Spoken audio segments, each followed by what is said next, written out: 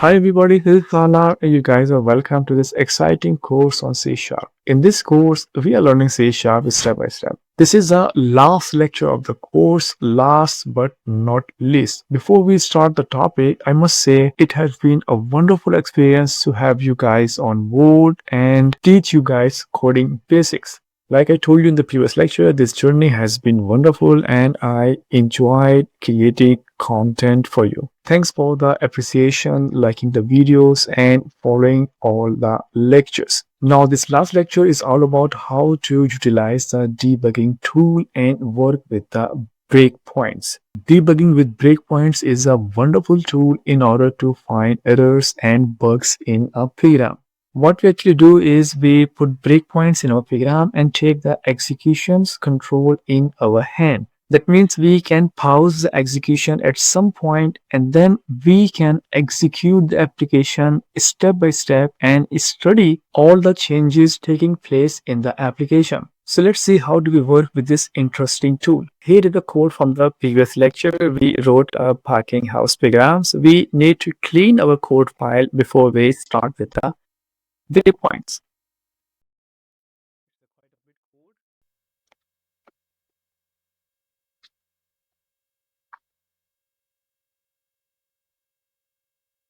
Let's just start with a very simple program statement. In a program, we have a variable which is number initialized with 0. On the second line, we are going to increase our variable with 1. On the third line, I'm going to create another variable. Let's call it number 1. And to that variable, I will assign the value of the first variable or the number variable. And now we create a sum variable where we put the sum of number and number 1. Now, as we run this program, our variable will be initialized with the values and data in the variables will be changed from top to bottom. And somewhere we are feeling that the things are not right. We are not getting the right result. And we want to study step by step what is actually happening between these lines, how the data is being changed or modified. So what we actually do, we put a breakpoint. Breakpoint is simply a pause to the application. To put a breakpoint, we actually move to this gray area. You see in Visual Studio, see this gray area. And as the mouse pointer inserts the gray area, you can see the black circle. This small black circle simply follows the pointer as you see here. This circle is actually the breakpoint circle. To put a breakpoint, all we need to do is just make a click here. As you make a click, the circle turns its color and become red. Now, as we run this program will be paused at this line of code. Now, the question is what will happen when the program pauses at this line of code? As the program pauses at the breakpoint, you will see two important additions in your IDE. One at the top, here you will see some arrows in order to execute your program step by step. And down there, you will see a local window where you can study all the changes and the modifications in your variables. So let's run the program and see what happens. And so you see, we are now inside the debugging mode. Our program simply pauses itself. And just like I told you, here you see the debugging control. In order to execute the statements one by one, this one step downward, step upward, and skip the statement. And this is where our program is stopped at this moment. And here is the local window, locals window. In the locals window, we can see at this point the values in the variables.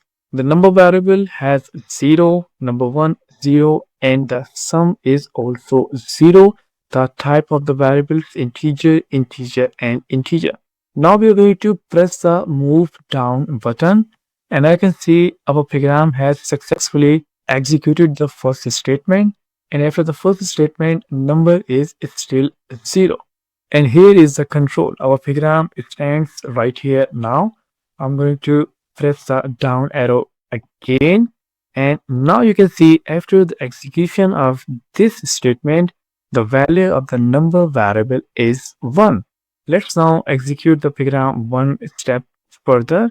Now you can see after the execution of this statement, number 1 has also become 1. Now we are on the last statement. Let's run the last statement. And here you see the sum is now initialized with the value of 2.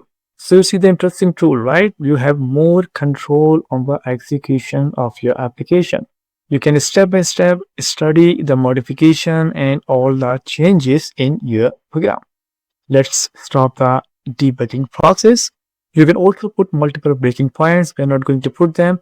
Now, in order to remove this breaking point, all you need to do is just right click, and here you have delete breaking point. You also have an option of disable breaking point. If I select the disable, you will see a hollow red circle, right? We're going to remove this breaking point. Most of the time, you will use the breaking points to find the bugs in your code, especially when the bug or the error is logical. Let's have another example, and this time we will code program with a simple bug. So in a program, we have an array named prices, and in the array we have some values 100, 200, and 300. Now we want to write a method that calculates the sum of all the prices and returns that sum back to the main method.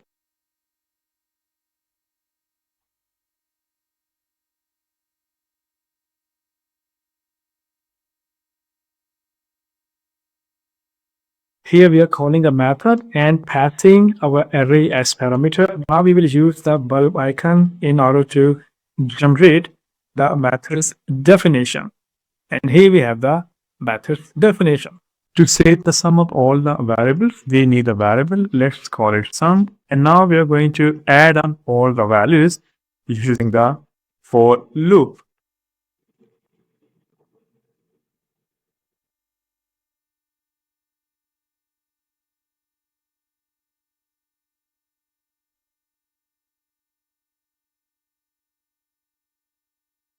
And once all the values are added up, we are going to simply return the sum to the calling position. I think we need to initialize the sum variable with 0. Now in this piece of code, we have a simple bug, and that bug is actually this line. Here we have a bug. Right now, our code is very simple, our logic is very simple, and we are creating a bug deliberately. However, in real situations where we have complex logic, these kind of bugs are very difficult to find. As we run this program, our method won't return the sum of all the values. It will only return the last value. Because we are assigning 0 to our sum value on each round, so the previous value will simply be erased. Let's now print the value of the sum in the console. And we also need to change the name of the variable because the sum is already declared. Put the value in the right line method. Let's run the program and check the output. You will see last value in the console. And so you see only the last value in the console, not the sum of all the values. We know that this is the method which is gonna calculate the value. Now the value is wrong, that means something is wrong with this method. So what we are going to do, we will simply put a breakpoint at the beginning of the method. This is the first line of code. And now we will run our code and study all the changes step by step using the debug tool. So here we have our debug tool. We are now debugging our application. At this point, we have an array, as you can see in the locals window, 3 positions in the array, and the data type is integer. The sum variable is also initialized with 0. Now send the program downward. We are now pointing to the for loop. Variable I is initialized with 0. And once again, down, and here we have a sum initialized with 0 once again. And now we will calculate. And here you see the value of the sum now has become 100. In the second round, our program should add this value 100 with the second value 200, but it won't happen because of this variable. So let's start the second for loop round. And here you see the sum has now become 0 because of this line of code. So instead of 300, we are gonna get 200, only the second value. Now we know this line of code is problematic. Here we have the bug, and all we need to do is just remove this line of code. like this. So my friends, that was a lecture, important lecture on debugging code and the use of the breakpoints in the application. Now we know how to apply simple debug technique on the code. I will see you in the next lecture. We won't be learning any new programming concepts in the next lecture. We would rather be discussing way forward. I will give you the guideline and the topics you need to cover after this course in order to master C#. So I will see you there in the next lecture. Thanks for watching this one.